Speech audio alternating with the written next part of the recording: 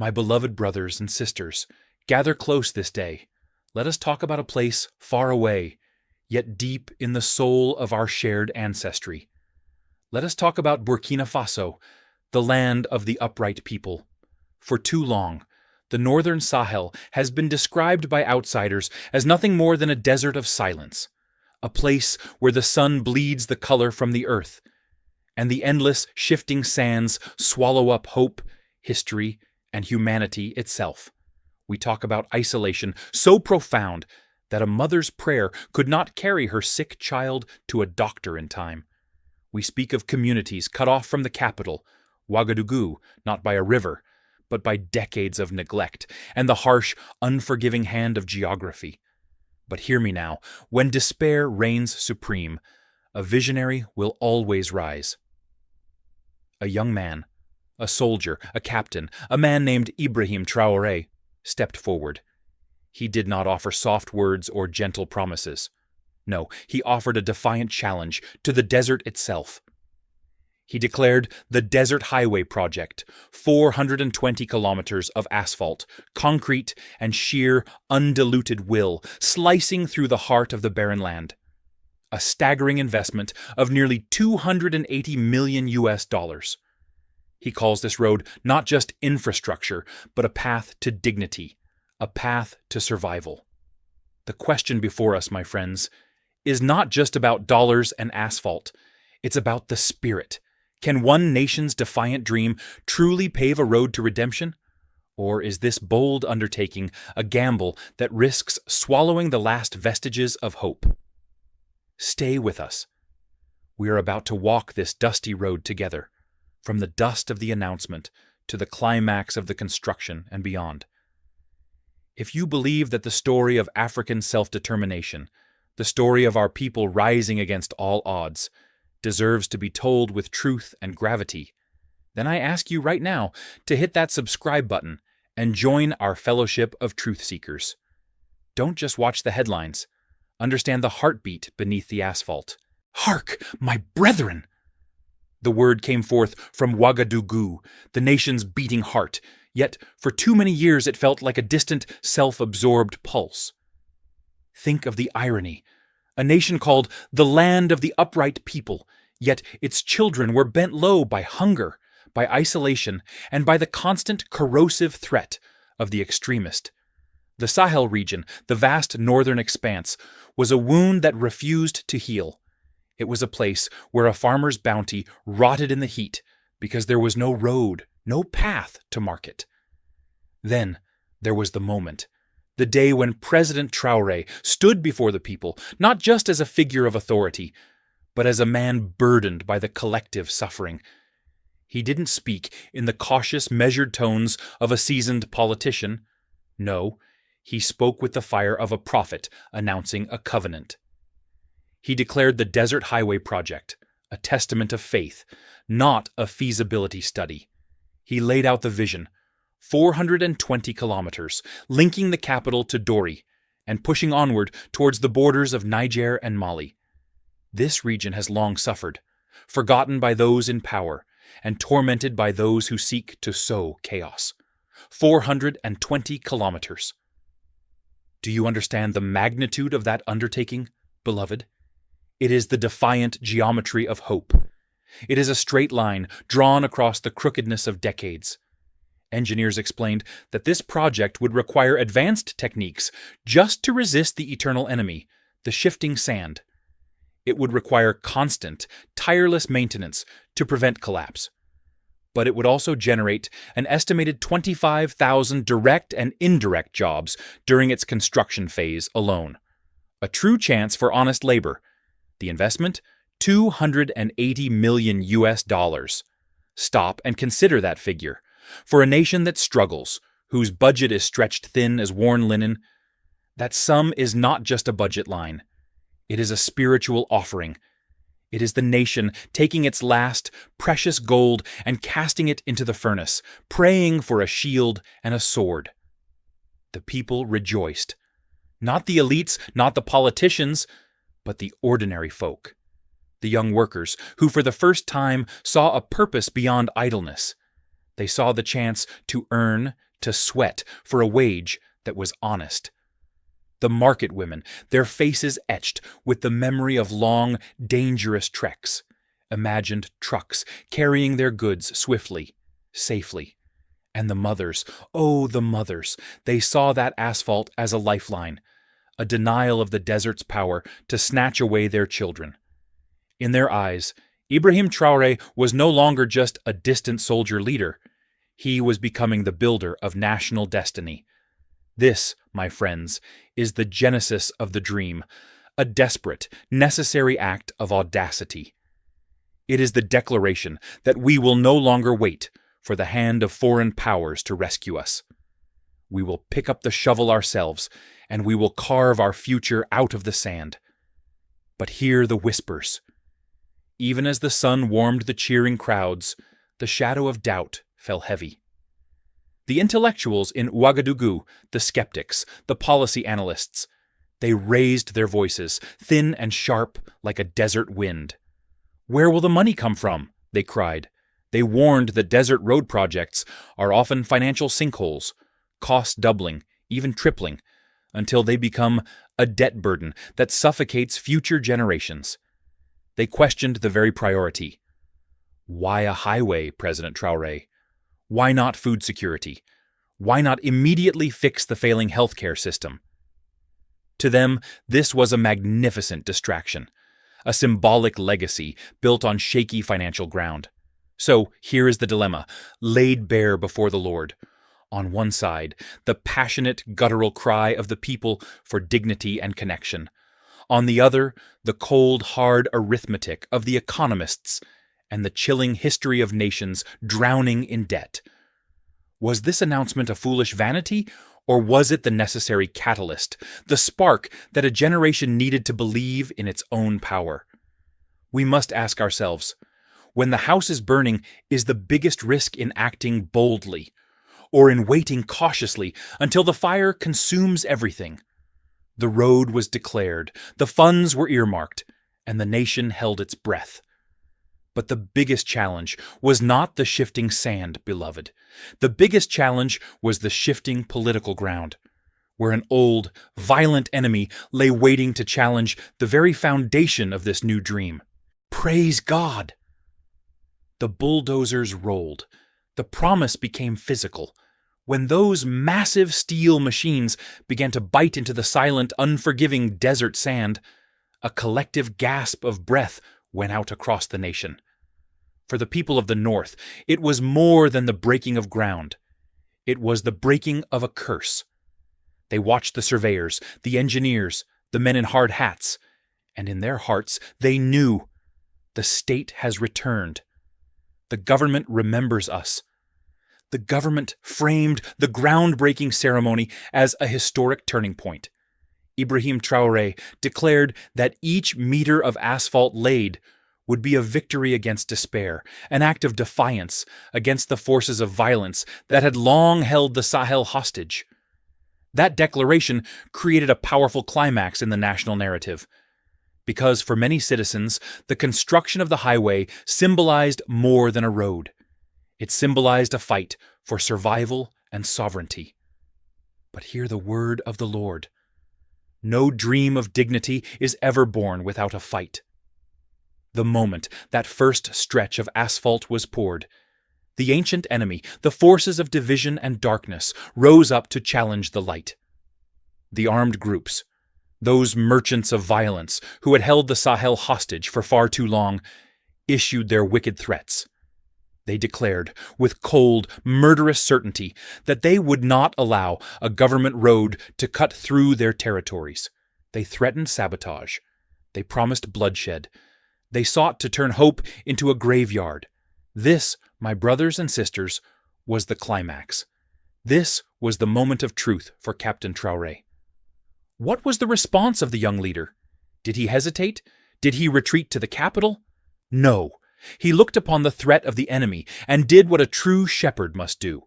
He raised his staff and defended his flock. President Traoré gave the command. Military units were ordered to secure the construction zones. Suddenly, the desert highway was not just an infrastructure project. It became a front line. It was a civilian dream protected by the steel resolve of the nation's soldiers. Young men, barely out of their teens, stood guard under the blazing, merciless sun, their rifles trained, their eyes watching for the shadow of danger, all to protect the dignity of the asphalt being laid down. This intertwining of national defense with national development captured the world's attention. International journalists reported images of young soldiers guarding bulldozers, framing the project as a battle of wills between a nation striving for progress and insurgents determined to keep it in darkness. Think of the young men and women who volunteered for the labor brigades. They knew the danger. They knew that by stepping onto that construction site, they were placing themselves in the direct line of fire. They were facing not just the heat and the grueling labor, but the real possibility of death. Yet they showed up. Why? Because they declared in a profound guttural voice that resonated across the continent that they preferred to risk their lives building something meaningful than to remain idle in unemployment and despair. That, my friends, is the definition of courage. That is the spirit that lifts nations. This raw, stubborn determination was a sermon preached without words. Leaders in neighboring Mali and Niger watched, knowing that the outcome of this struggle would define not just Burkina Faso, but the future of the entire Sahel region. Was this a dangerous precedent of putting civilians in harm's way? Perhaps. But for the thousands lining up for work, it was simply their chance to reclaim their future, one shovelful of sand at a time. And then came the payoff. The emotional release, the inaugural moment of the first 50 kilometers completed. I tell you, when the villagers lined that fresh, black asphalt, some of them weeping openly, touching the new road as if it were a sacred thing, the spiritual weight of the project became undeniable. They called it the Road of Hope. This was the triumph of the soul over the sand. Yet, even in that joy, a new worry began to stir. The eyes of the global powers were now fixed upon this battle line. They wondered, could this fragile nation sustain the dual cost of building the road and protecting it? Could they win the battle against the terrorists without losing the war against debt and global influence? The journey has begun, beloved, but the steepest climb lies ahead. Now, let us settle our spirits and reflect on the consequences. The road is being laid, centimeter by sacred centimeter. But what does this asphalt truly mean for the souls who live along its path? The immediate change, my friends, was nothing short of miraculous. Imagine a mother holding a feverish child who can now reach the clinic in hours, not days. That highway is not just infrastructure, it is a lifeline. It is the answer to generations of prayers. Food prices began to drop because goods could flow from the fertile fields to the remote villages. Small businesses blossomed where silence once reigned. Markets springing up to serve the travelers and the construction crews. The young men and women who had left for the despair of the capital began to return, drawn by a magnetic new opportunity. This is the fruit of self-sacrifice. This is the dignity that comes from refusing to be defined by your limitations. This project is a clear, ringing testament to African self-determination. It is the fierce declaration that we, the people of the continent, are capable of solving our own fundamental problems of isolation and poverty. We will chart our own course. We will build our own future. However, beloved, where there is great light, there is always a shadow. The road brought prosperity, but it also brought complexity and division. Suddenly, isolated villages had to contend with an influx of outsiders, traders, travelers, opportunists. This rapid change strained traditional ways of life, leading to tensions over resources and cultural identity. The peace was fragile, and the price of protecting that asphalt was astronomical, requiring Captain Traoré to keep military units permanently stationed along the route, constantly reminding the nation that development and conflict were locked in a dangerous dance. Then, the whispers became accusations, corruption. The old, ugly demon that seeks to feast on the people's sacrifice. Watchdog organizations began to question the contracts, raising suspicions that the very elites who cheered the loudest were also secretly enriching themselves. These allegations intensified political divisions. The political division deepened.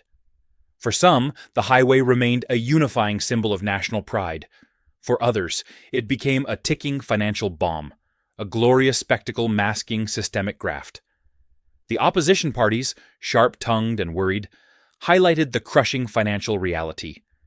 They pointed out, quite correctly, that desert roads are insatiable in their demand for maintenance. The promised $280 million, they warned, could balloon to $400 million or more before completion. This project, they argued, was a massive weight of debt being placed on the shoulders of generations yet unborn. The question became heavy. Is the dignity of a highway worth the chains of financial servitude? Yet, despite the debt, despite the danger, the most profound effect was psychological. For the first time in decades, citizens across Burkina Faso spoke with renewed pride. They told their children, "The desert no longer defines our fate." This spiritual awakening, this belief in their own power to defy geography and history, energized the youth, inspired songs, and gave people the courage to persevere through hardship. The road became the stage for a grand drama, a test of the nation's integrity and its collective will. My brothers and sisters, what say you? When a project brings life-saving access and ignites national pride, yet simultaneously risks financial ruin and political corruption, how should the people judge their leader? Can the promise of African self-determination survive the reality of high costs and human greed? Let us lift our eyes now from the dust of the Sahel and look to the high towers of global power, to Washington, to Brussels, to Moscow, and to Beijing. For the truth, beloved, is that no matter how local a project of destiny may seem, the world is always watching. The world is always calculating. In Washington, D.C., the Desert Highway Project is not seen through the eyes of a hopeful mother or a working farmer. No, it is viewed through the cold, hard lens of geopolitical strategy. Analysts at think tanks debate, not the dignity of the people, but the risk to the Sahel's security. They ask, will this road stabilize the region by boosting commerce and employment? Or will the crushing debt and the military presence further destabilize an already fragile state? But beneath this debate lies the deeper, more urgent question for the West: influence. For decades, the West, and particularly the United States, has viewed the Sahel as a theater for counterterrorism. Now, as Captain Traoré dares to build a road of defiance, he is simultaneously seeking partners beyond the usual Western framework. When Russia and China quickly offered financial backing and equipment, it sent shivers down the spine of Western policymakers. They worry that Traoré's gamble, born of a genuine need for development, might simply open the door for rival powers to expand their influence, placing the financial future of Burkina Faso in a new form of servitude. This dynamic should resonate with us, my brothers and sisters. It echoes our own history, the constant tension between seeking self-sufficiency and resisting the strings attached to foreign aid. It reminds us of the great infrastructure projects in our own history: the Hoover Dam, the interstate highway system, which were symbols of national ambition during hard times, yet came with their own economic and social costs. In Europe, the reaction is cautious, bordering on suspicious. They welcome the development, yes, but they whisper warnings about transparency and the history of large African infrastructure projects collapsing under mismanagement and corruption. For them, it is a dangerous precedent, a fragile nation risking everything on a giant, flashy endeavor. Yet, turn your gaze to African news and the neighboring states of Mali and Niger. There, the view is admiration. They see the desert highway not as a risk, but as a model. They see the bold, defiant face of a young leader refusing to bow to the perceived wisdom of Western caution. They see a project that elevates the entire continent's vision for regional integration and trade. The question for us, the people of the diaspora, is how to interpret this complex struggle. Should we align with the Western analysts who warn of financial peril? Or should we stand with the African people who see a chance, a necessary chance, to seize control of their own destiny? The challenge is to hold both truths, the hope of the worker and the shadow of the debt. Because this road is not just an African story, it is a global battleground for the soul and sovereignty of the developing world. Hallelujah! We have journeyed through the dust of the announcement, the fire of the construction, and the shadows of the consequences. We now stand at the precipice, looking down the long black ribbon of asphalt that cuts across the desert. This highway, my friends, is more than a road. It is a metaphor made real. It is the absolute, undeniable commitment of one nation to challenge the ancient decree of its geography. It is the statement that the desert does not own our future. We do. It represents the ultimate triumph of the will over despair. But let us be sober. The construction is only half the battle. The road ahead remains uncertain and fragile. The enemies of progress, the terrorists, the corrupt officials, the gnawing debt, they have not vanished. They are simply waiting for the first sign of weakness. For the dream to become reality, Burkina Faso must now navigate the treacherous waters of international finance without surrendering its sovereignty, and it must maintain constant vigilance against those who would destroy the hope it has built. And this brings us to the core of the matter, Traoré's legacy. Will the history books look back on President Traoré and remember him as a visionary builder, a modern-day Thomas Sankara who dared to dream of a self-reliant Africa, carving opportunity out of sand and stone? Will he be celebrated as the man who brought dignity back to the Sahel? Or will he be remembered as the cautionary tale, the ambitious young leader whose reach exceeded his nation's financial grasp, drowning his people in debt and allowing foreign powers to exploit his heroic effort? That question, beloved, is still being answered by every meter of asphalt, every dollar spent, and every contract awarded.